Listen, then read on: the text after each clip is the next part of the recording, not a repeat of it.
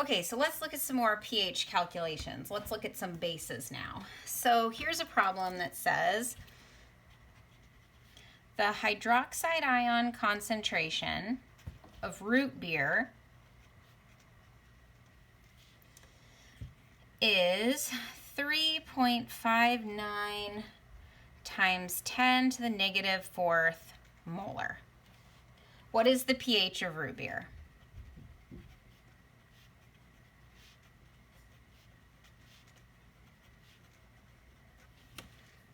Okay, so remember all of the formulas that we know or need to solve these problems and see which one are we going to choose. So we are given the hydroxide ion concentration. If we are given the hydroxide ion concentration, we can do one of two things. So we are given the hydroxide ion concentration. So I'm going to show you two possible paths to solve this problem. If you are given the hydroxide ion concentration, you could use the hydroxide ion concentration to solve for the pOH, and then you could use the relationship between the pOH and the pH to solve for the pH. Solve for pH. Or if you are given the hydroxide ion concentration, you could solve for the hydronium ion concentration and then use the hydronium ion concentration to solve for the pH. Two different paths. I'm going to do them both to show you that we're going to get the same answer.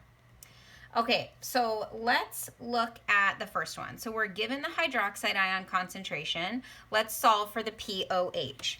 So the pOH equals the negative log of the hydroxide ion concentration, 3.59 times 10 to the negative fourth molar. So the negative log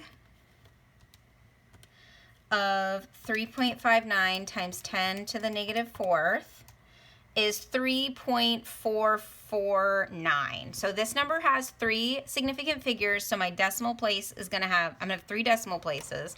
So I'm going to say the pOH equals 3.445. This is the pOH. Remember that the sum of the pH and the pOH always equals 14.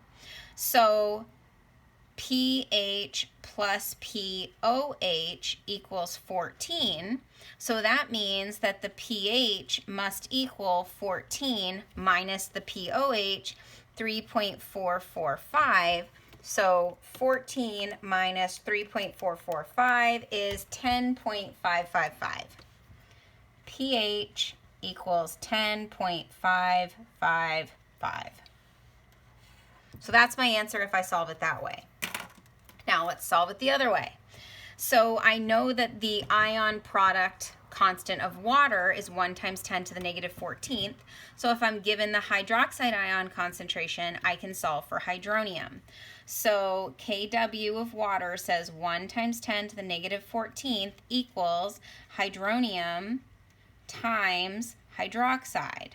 So that means if I'm given the hydroxide ion concentration, 1 times 10 to the negative 14th divided by the hydronium ion concentration, 3.59 times 10 to the negative 4th, is going to give me my hydronium ion concentration. So 1 times 10 to the negative 14th divided by 3.59 times 10 to the negative 4th is 2.79 times 10 to the negative 11th molar. This is my hydronium ion concentration. So now I can use the hydronium ion concentration to solve for pH. pH equals the negative log of 2.79 times 10 to the negative 11th. So the negative log of 2.79 times 10 to the negative 11th is 10.555. 0.554. And depending on if you left this whole thing in your calculator or if you just took the negative log of 2.779, both of these answers would be accepted as correct.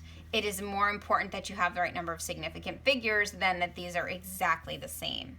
So two different ways to solve the same problem. It does not matter which way you choose. One is not preferred over the other. Totally fine either way. So let's look at another one.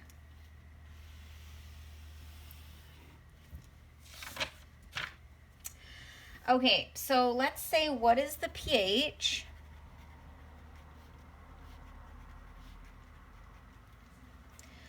of a 1.4 times 10 to the negative fourth molar solution of magnesium hydroxide? So magnesium hydroxide is a strong base. We haven't talked about this yet. We will get there soon, but let's just assume this. Strong base. So the same rule follows for strong bases as strong acids. Strong bases ionize completely. So that means magnesium hydroxide is going to break apart completely into magnesium ions and hydroxide ions. The thing to pay attention to here, kind of the trick to this problem, is the stoichiometry. Magnesium is 2+, hydroxide is 1-, so I'm going to need 2 hydroxide ions. So now, remember the stoichiometry. If I have a 1.4 times 10 to the negative fourth molar magnesium hydroxide solution,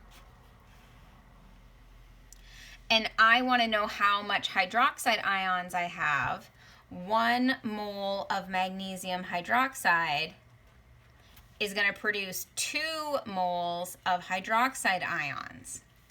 So I'm actually producing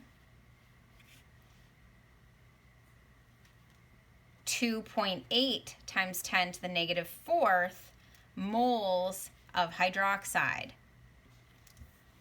Molarity. Concentration. This was molarity. So now we can again solve one of two ways. We can either use the hydroxide ion concentration to solve for the POH and subtract that from 14, or we can use the hydroxide ion concentration to solve for hydronium and solve for the pH. I'm going to do the first one. So I'm going to say that the POH equals the negative log of 2.8 times 10 to the negative fourth. So the negative log of 2.8 times 10 to the negative fourth is 3.55, again, kind of close to this previous problem, but that is totally by accident.